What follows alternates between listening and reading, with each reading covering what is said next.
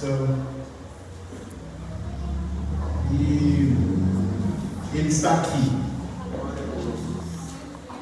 E Deus ministrou essa palavra no meu coração aqui no culto. Eu vim com um esboço, né? Às vezes a gente quer trazer exposição, né, pastor? Certinho, tudo bonitinho, né? É como o costume da nossa igreja fazer. A gente gosta de fazer esboço, trazer tudo misturadinho. Só que foi pregado aqui soberania de Deus, né? Então, quem manda é Ele, sou eu. Ele levou meu coração a Lucas capítulo 5, para a gente juntos meditar nessa palavra de Deus.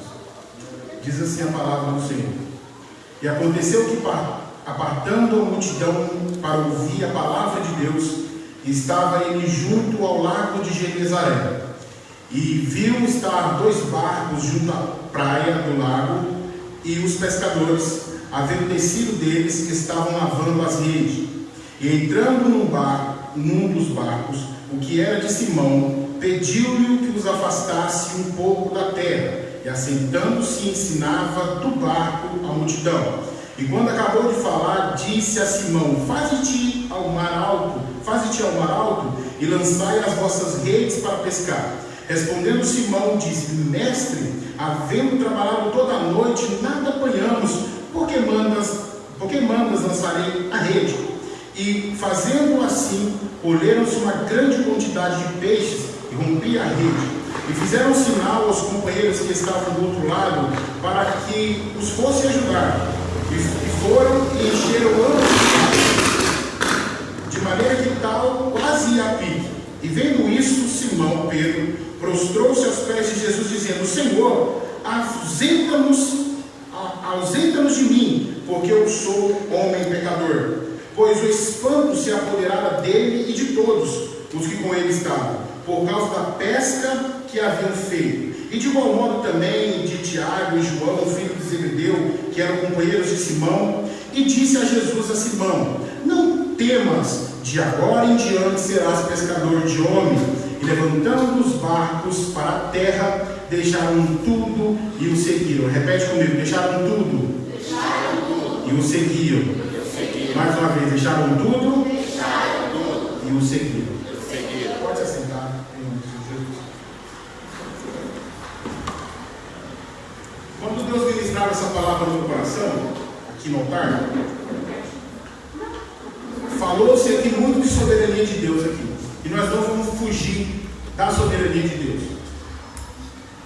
Deus ministrava no nosso coração, no meu coração, uma palavra que dizia assim: o que houve conosco como igreja, que perdemos o espanto pelo Deus eterno? Se eu fosse costurar essa pregação, eu colocaria o título dessa pregação como o espanto Deus, o Deus que nos deixa de boca aberta. O que aconteceu conosco como igreja do século 21, que não mais vê Deus como um Deus soberano, como um Deus a qual nos traz um certo impacto, um choque? Quando nós olhamos quem Deus é, quem nós somos, nós nos sentimos constrangidos pela maravilha de quem Deus é. O que aconteceu conosco como igreja do século 21, que nós olhamos hoje o nome Jesus, o nome Deus, olhamos para as coisas de Deus, olhamos para o que Deus criou, a sua glória, o seu poder, o seu eterno poder, e não nos causa mais impacto. Hoje, às vezes, o vir na igreja é algo muito natural. Se formou em nós uma concepção de culto, de igreja, de estar perto de Deus, aonde Deus habita, aonde Deus está em comunidade, e nós perdemos esse feeling, esse espanto, esse sentimento, a qual nós devemos olhar para esse Deus que professamos que servimos, esse Deus a qual nós dizemos que Ele é maravilhoso, que Ele é um Deus onipotente, que Ele é um Deus onisciente, que Ele é um Deus onipresente, que Ele é um Deus forte, guerreiro, Pai da eternidade, príncipe da paz. E nós olhamos para isso tudo que confessamos, mas isso nessa era não nos causa mais impacto. Quando nós olhamos para a palavra de Deus aqui,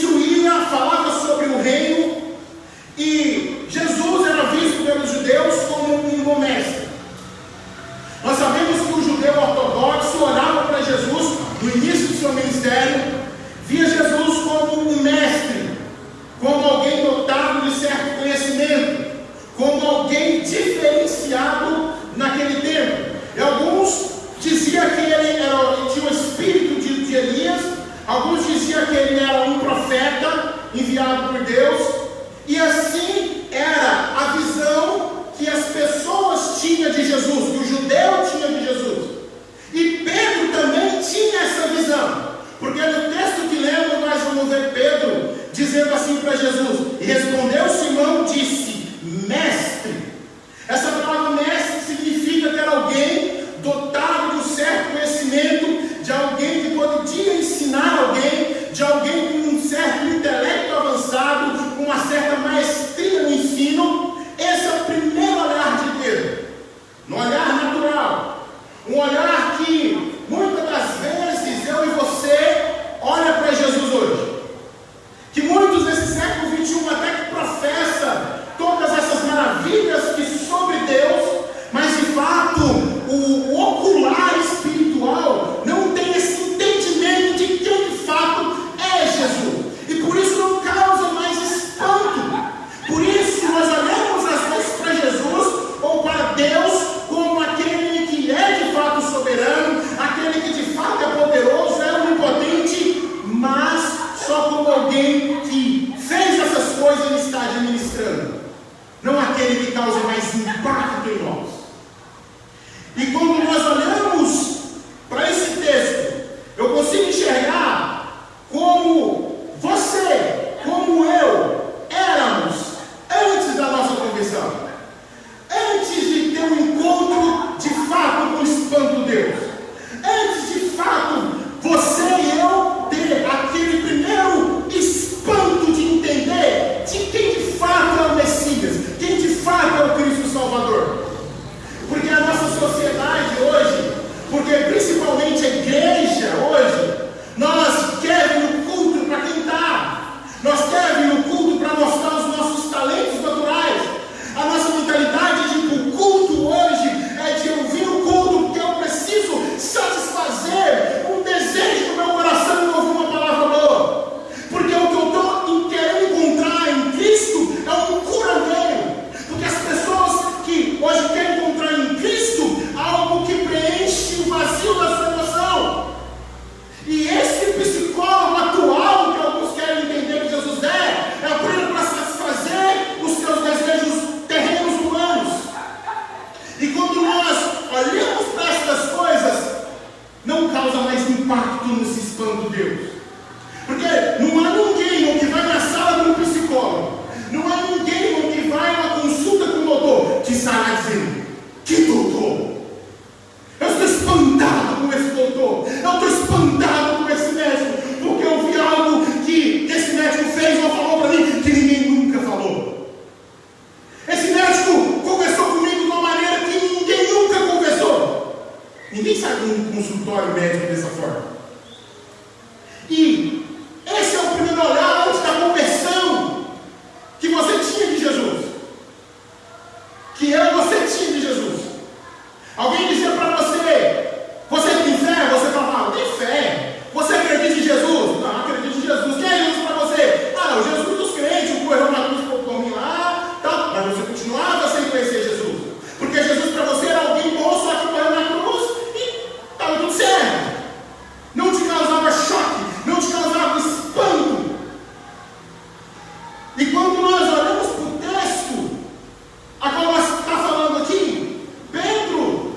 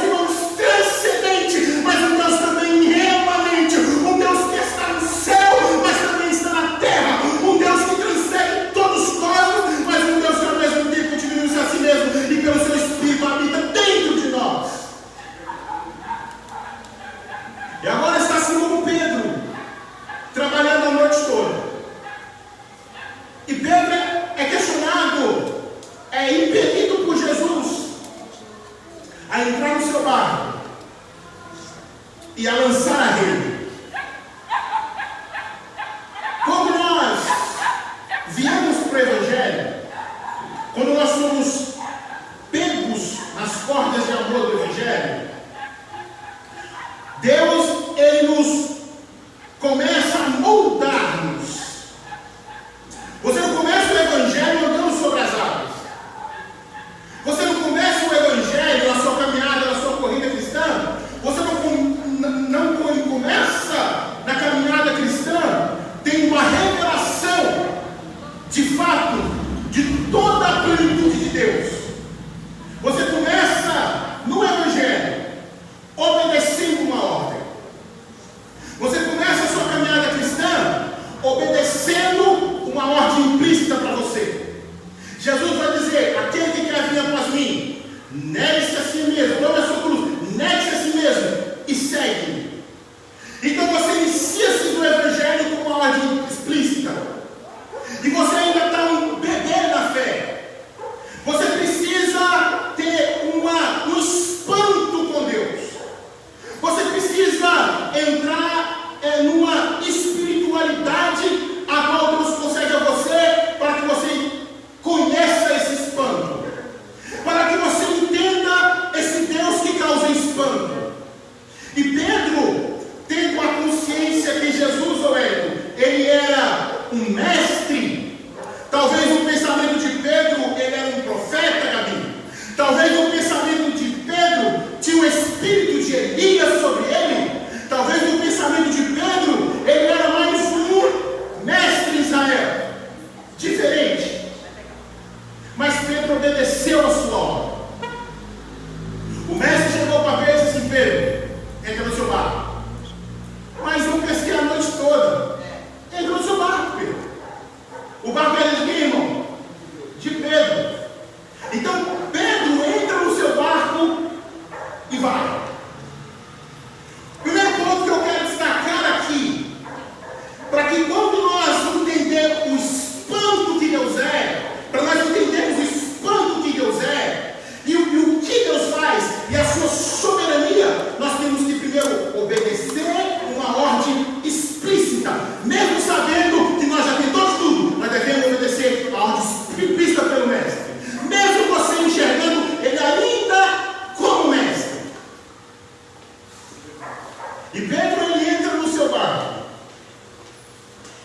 E a Bíblia vai dizer que quando Pedro ele cumpre essa ordem, acontece um grande milagre. Acontece uma operação de maravilha. Pedro tinha pescado. Pedro não tinha pego nada. Pedro lutou daquilo. Pedro tentou pescar a noite toda.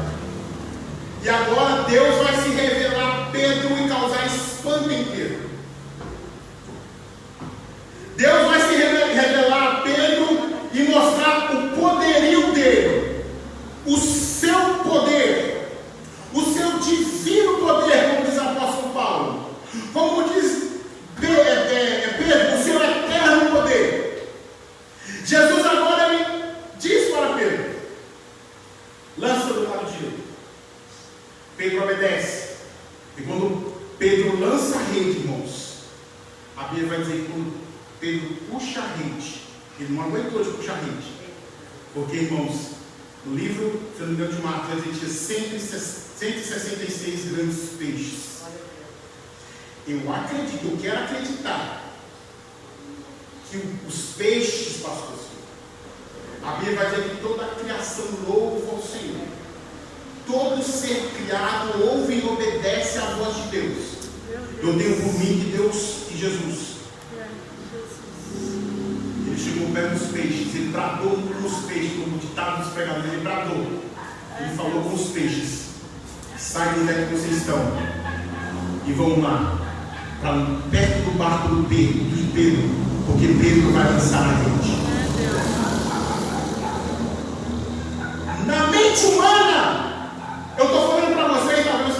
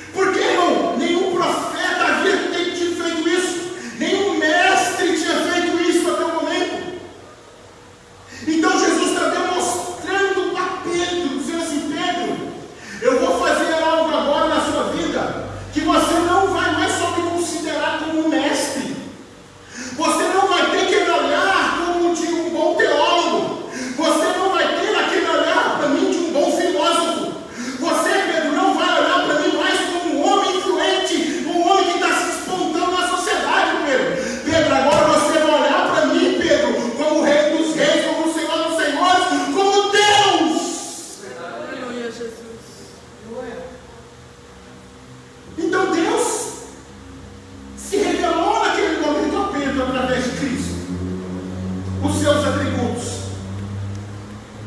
E o que é mais lindo aqui no texto, aqui quando nós olhamos para cá, é que começou agora a trabalhar algo lindo em Pedro.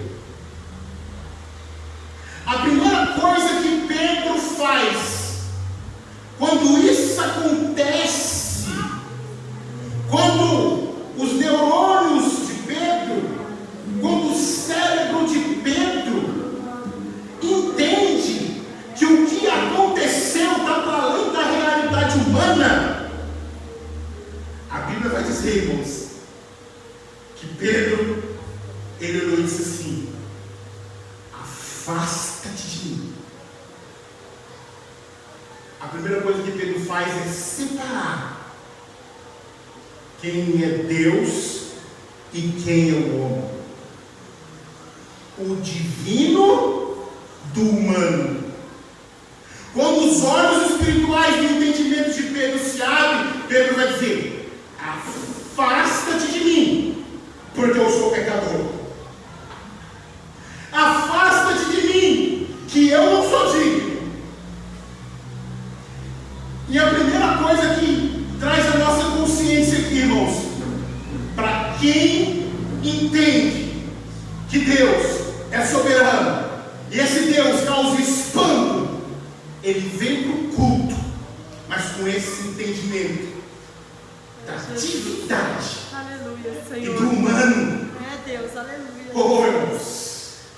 Senhor, obrigado. Irmãos, o que está acontecendo aqui é transcendental. Esse ambiente agora aqui, o que está acontecendo agora aqui, nos átomos e partículas da nossa existência, aqui é movido por glória naquele lugar. Esse ambiente agora aqui, nessa hora, nesse momento, quando o corpo místico de Cristo se une em louvor, se une em adoração, se une num propósito, irmão, o átomo vira um átomo de glória aqui. Aleluia, Jesus. Só que se eu venho no culto sem discernir isso aqui, meu querido irmãos, eu corro um sério risco de não entender o culto, de não entender quem Deus é e de não entender quem eu sou. Porque o que nós temos mais dificuldade é de entender a nossa insignificância diante de um Deus soberano. Nós chegamos ao tipo no culto, bastante chiclete, arrastando a cadeira, conversando na hora que os irmãos estão orando, dando risada na hora da palavra, como se eu estivesse sentado na sala da minha casa. Aleluia. Porque eu não discerni disso aqui. Eu tenho que dividir, eu vou para o culto. Eu vou aonde o Deus Santo, o Deus Trino habita. Ele vai manifestar a sua palavra, ele vai manifestar a sua glória, ele vai manifestar o seu poder. Através da sua palavra, pessoas vão ser curadas, transformadas pelo poder do Espírito Santo. Glória a Deus, aleluia. Oh, aleluia. Nós precisamos entender, irmão, nesta noite, porque o Espírito de Deus, ele flui nesta igreja aqui agora, ele flui nos nossos corações nesta noite. E nós precisamos ter essas realidades explícitas da palavra no nosso coração. Asaf, como leu aqui no Salmo 73, Asaf, quando ele entra, ele está questionando os ímpios, ele está dizendo: o ímpio tem, eu não tenho, o ímpio é gordo, eu sou magro. E quando ele entra no templo de Deus, irmãos, ele fala assim: quando eu contemplei o santuário, ele contemplou. Eu notei, eu vou ler o louvor que as crianças cantou. Olha aqui: batiza-me com o Espírito Santo, abre os meus olhos para que eu possa ver a sua glória, na sua glória enxergo a igreja. Você entendeu o que eu falei de novo? Batiza-me com o Espírito Santo, abra os meus olhos. Quando Pedro, Deus mostrou a divindade, Jesus mostrou a sua divindade para Pedro, Pedro falou: aparta-te de mim, tu é divino, eu sou profano. Abre os meus olhos para que eu possa ver, porque se você enxergar a glória dele, você vai conseguir enxergar a igreja. Sabe por que nós não conseguimos enxergar a igreja? Porque os nossos olhos estão tapados.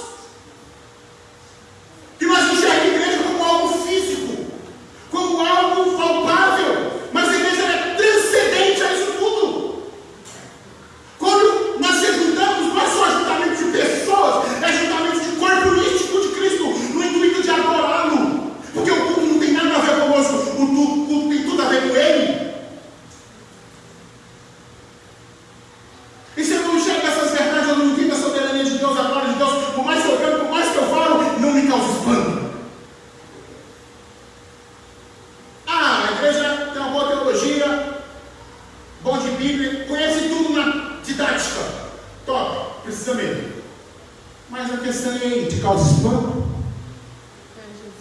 E aí, o louvor que você está cantando?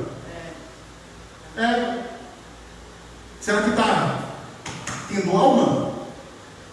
Será que quando nós vem cá cantar, o pregador vem pregar, será que está tendo alma em nós? Ou nós estamos raquíticos?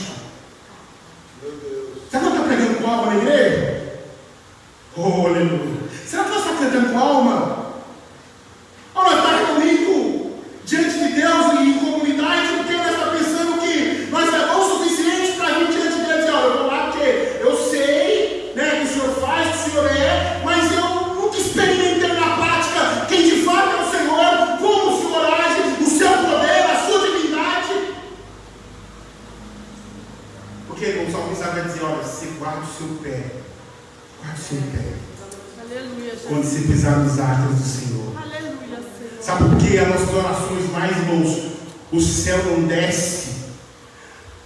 As pernas de Asaf e Gedutum não balançam mais no culto? Sabe por que nós não trememos mais as pernas de Asaf e Gedutum e os sacerdotes caem prostrados no chão mais? Sabe por quê? Porque nós não temos sensibilidade mais ao pecado, à frieza espiritual, o mundanismo está tirando o nosso discernimento de espírito, de quem Deus é para nós, de quem nós somos diante de Deus. Por isso que estamos fracos como estamos. Meu Deus! Aleluia! Eu estou sentindo a presença de Deus. Estou sentindo a glória de Deus aqui. Se você acredita ou não, mas eu estou sentindo o Espírito de Deus está aqui nessa noite. Oh, aleluia! Aleluia, Jesus. Está faltando sensibilidade de espírito no nosso culto. Está faltando ouvir como o louvor das crianças que foi cantado aqui. Abre meus olhos para que eu possa ver, Senhor. Deus. Abre meus olhos. Os primeiros cristãos, quando eles se reunirem, irmão, por isso que eu estou dizendo que não é o lugar que você adora, é a intensidade que você adora. Os primeiros cristãos, eles adoravam na mata, eles adoravam nas cavernas, eles adoravam na rua, era apedrejado, era xingado. Mas, irmãos, a intensidade era tamanha que alguém dizia assim: esse povo é diferente. Esse povo tem algo diferente deles. Esse povo, ele testifica algo diferente. Oh, meu irmão, nós precisamos de um avivamento, irmão. Nós precisamos orar como Pedro: afasta-te de mim, pecador. Nós precisamos olhar aqui como Pedro. E Jesus aqui, irmãos, ele vai mostrar uma coisa muito linda, que todos espantaram, não só Pedro, todos espantaram. Só que se for a revelação do próprio texto, todos espantaram com o que ele fez. Só que para alguns o espanto durou um momento. Ou vai? Para alguns o espanto durou um momento. A Bíblia vai dizer, ou seja, que Jesus fazia milagre. E a Bíblia vai dizer que alguma multidão seguia Jesus. Só que a Bíblia vai dizer que Jesus não confiava neles.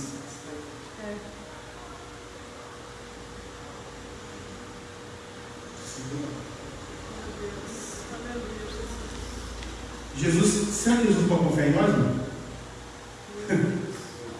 O texto diz assim: com a multidão seguia Jesus pela maravilha que ele fazia. Só que o texto diz assim, o texto de João capítulo 2, Jesus não confiava neles. Porque estava atrás de pão, que perece. Estava atrás de milagre. Estava atrás daquilo, dos benefícios que Jesus podia fazer. Mas de fato não estava atrás de quem de fato era Jesus, porque não conhecia Jesus. Por isso que todos, a multidão, todos espantaram com aquele milagre. E a Bíblia vai dizer que todos ficaram atemorizados. Só, irmão, que Jesus é tão bondoso. Jesus, ele cuida tanto dos seus, Wellington, que a Bíblia vai dizer que Jesus, ele chega perto de Pedro. Eu acredito, irmão, que o coração de Pedro estava saindo pela boca. Eu acredito, irmão, que Pedro perdeu as forças da perna naquela hora. Eu acredito, irmão, que Pedro, ele ficou meio desconjuntado. Eu acredito que a mente de Pedro, como diz os mais jovens, ele bugou. E Jesus chegou ao pé de Pedro, irmão. Olha o que Jesus disse para Pedro, olha o versículo 10, na parte 1. E disse Jesus assim, irmão,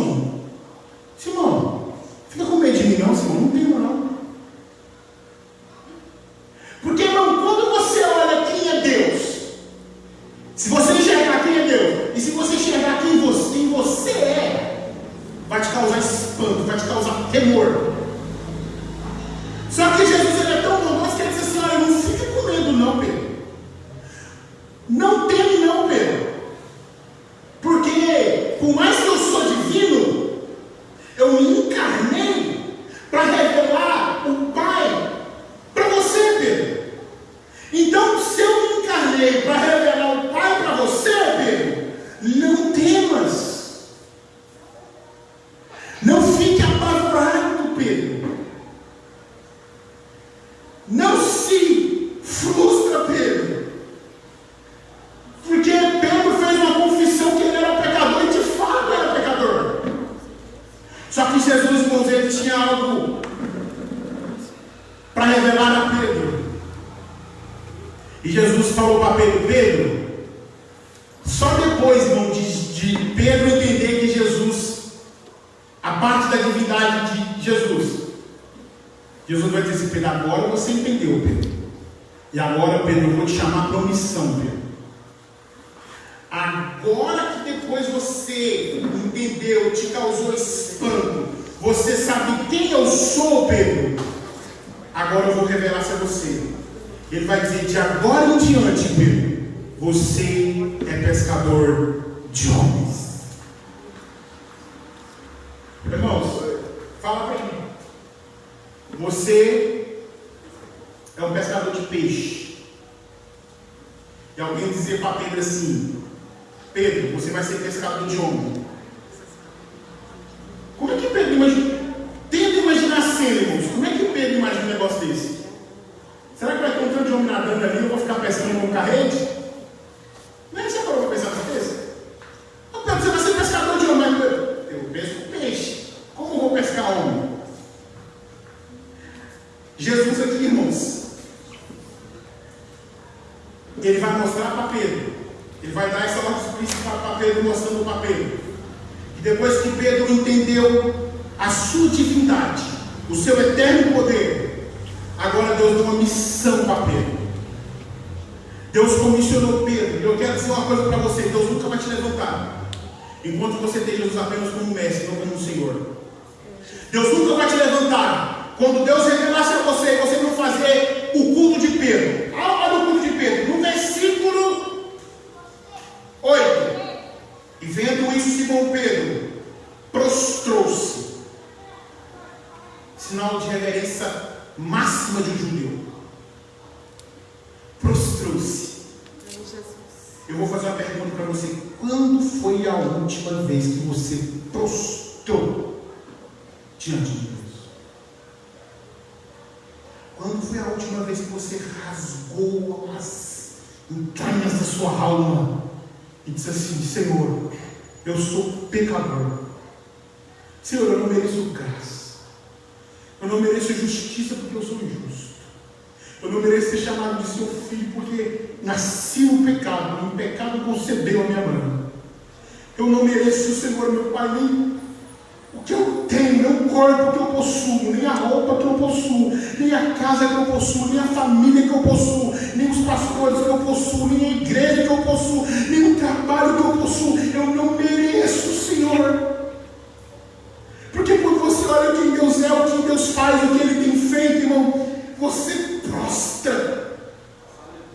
Quando foi a última vez que você foi com intensidade diante de Deus? Mas com intensidade piedosa. Não aquela intensidade de: ah, Senhor, eu estou sendo intenso para o Senhor olhar para mim com um olhar de piedade, não. Mas aquela intensidade de você entender a sua miserabilidade. E Pedro, irmão, quando Cristo se revela para ele, ele prostra diante de Jesus. E Jesus, irmão, só envia para a sua obra, só é pescadores de alma aqueles, Gabi, o Nicolas, que se prostram diante da soberania de Deus, diante das maravilhas de Deus. O mundo nesse secularismo tem tirado, irmãos, a nossa sensibilidade de ver a glória de Deus.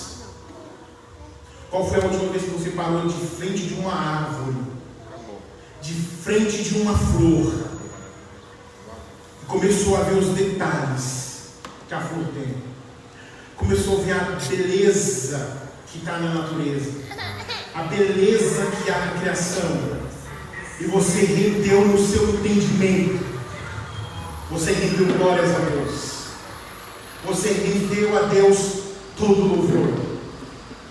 A internet, a televisão, as mídias sociais têm nos feito entubar a nossa mente, dizendo que o homem está no centro. Porque se você quer ver um vídeo para dar risada hoje, você não brinca mais com o seu filho. Você vai na internet e baixa um vídeo que você está risada. Você quer hoje ver sentir um pouco de emoção, você vai na internet buscar vídeos emocionais. E você não de fato estende a mão necessitado e se emociona junto, se compadece junto pela necessidade do próximo. Oh, irmãos, Satanás, ele é ardiloso. Satanás, ele é sagaz.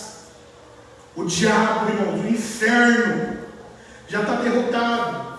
O tempo de Satanás está contado. Só que nós, como igreja, em nome do Senhor Jesus, temos que despertar.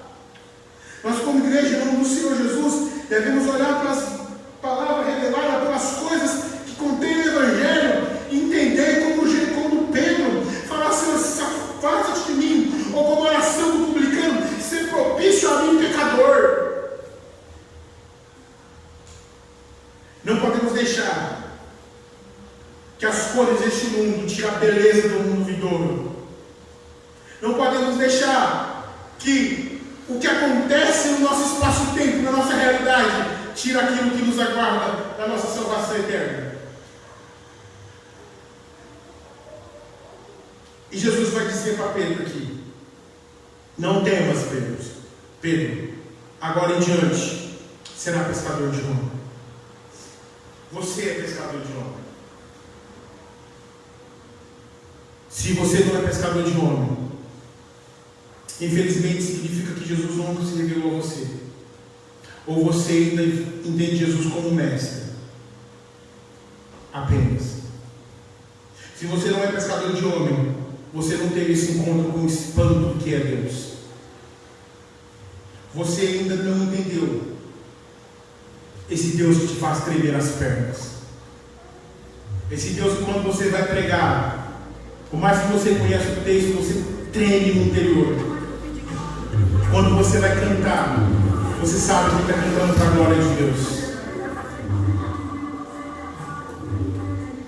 E o ponto que nós vamos tratar aqui, íamos tratar, que a hora já foi embora, é que Jesus vai dizer: e levando os barcos para a terra.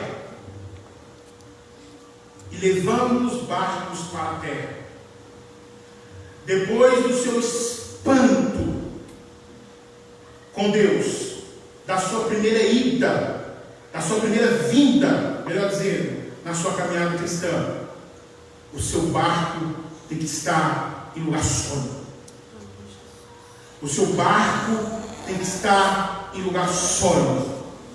Tem que abandonar a primeira embarcação. Tem que abandonar os primeiros costumes. Tem que abandonar aquilo a qual você lutava tanto e não achava nada. E Jesus disse para Pedro, e Jesus disse, né? Simão, não temas, agora em diante serás pescador de homem. E levando os barcos para a terra, deixaram tudo e o seguiram. Não tem como você dizer que teve um encontro com a divindade, com esse Deus que é um espanto, e você querer voltar para trás, você querer retroceder. Eles deixou tudo e seguiu Jesus. Então o louvor que eu gostava muito, gosto ainda na minha juventude, era assim: estou seguindo a Jesus Cristo, o meu caminho eu não desisto. Acho que era isso. Estou seguindo a Jesus Cristo, para trás não volto, não volto não. Bom, não tem como você voltar para essa coisa. Não tem como você voltar a pescar de novo se você teve um encontro com Jesus. Você pode até tentar, como Pedro tentou. O mestre morreu, foi embora. Ô Tiago, hoje vamos cá, meu filho, vamos pescar de novo. Vamos pegar um barco e vamos voltar a fazer o que tu vai fazer de novo. Irmão, Jesus vai te aparecer como uma assombração. É Deus. Aleluia, Jesus. Ele vai te assombrar se você tentar de novo. Ele vai te aparecer como uma assombração. Porque, irmãos, ele te chamou. Irmão. Se você teve um encontro com ele, você pode tentar, mas não consegue, irmão. É Jesus. Irmãos, às vezes você fala assim, Senhor, está difícil, Deus, eu não consigo. Ai, Deus, deixa eu descansar um pouquinho, Senhor. Outro, usa outro, levanta outro, chama outro. Aí Deus fala, rapaz, eu te chamei, me revelei a você como Deus. É Deus, aleluia, Jesus. Você não me conhece como mestre, você conhece como Deus. Aleluia, Jesus, é verdade. Você lembra aquela luta, lembra aquela prova que você estava, lembra como é que estava a sua casa, sua família, eu fui lá, sendo Deus forte. Lembra quando estava passando necessidade? Eu fui como Jeová Rafa. Às vezes eu manifestei para você como Jeová Jireh. Você me conhece como Jeová Nissi. Aleluia, Jesus. Aleluia. Oh, irmão, não volta. Não volta. Oh, irmão, contempla a beleza em Deus. É Deus, aleluia, Jesus. Quão formosos, irmãos, é os pés daqueles que anunciam as boas novas. Ô irmão, quão maravilhoso é Jesus. Por isso que o texto de João vai dizer que alguns olhavam para Jesus e diziam assim, como pode? Ele saiu de Maria, ele saiu de José. Ah, mas por quê? Porque ninguém nunca falou como ele falou, Wagner. Não tem filósofo, irmão, presta atenção, não tem filósofo nenhum, irmão, que tem palavras mais belas que as escritas no Evangelho. Não tem poemas de Camões mais lindos das escrituras sagradas, dos salmos, dos 4 evangelhos. Não temos. E esse Deus de maravilha está aqui nessa noite. As irmãs vão louvar, o Beto vai louvar mais aqui, eu acho, se não me engano. Eu gostaria que você hoje saísse daqui com essa palavra. Quando foi que Deus deixou de ser espanto para você? Quando foi que Deus deixou de te causar admiração profunda, intensa? Quando foi a última vez que você prostrou em adoração de verdade, que você viu a soberania de Deus e a sua miserabilidade? Quando foi a última vez que você olhou para Cristo no Calvário e lembrou do que Ele fez por você? Eu quero ler o último texto com você, Romanos, rapidinho. Romanos, eu só vou ler. Romanos, capítulo 8, versículo 30. Está dizendo assim, aos que predestinou, Ele te predestinou na eternidade. Aos que predestinou, a esses também chamou. E aos que chamou, esses também justificou. E aos que justificou, a esses também glorificou. Ele te predestinou na eternidade. Ele te justificou na cruz. E Ele te glorificará através do seu Espírito na ressurreição do corpo. Esse é o nosso Deus. Amém? Graças a Deus.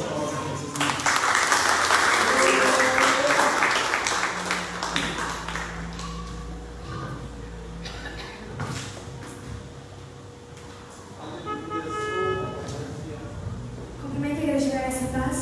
Amém. Para que nos coloque para adorar o nome do Senhor.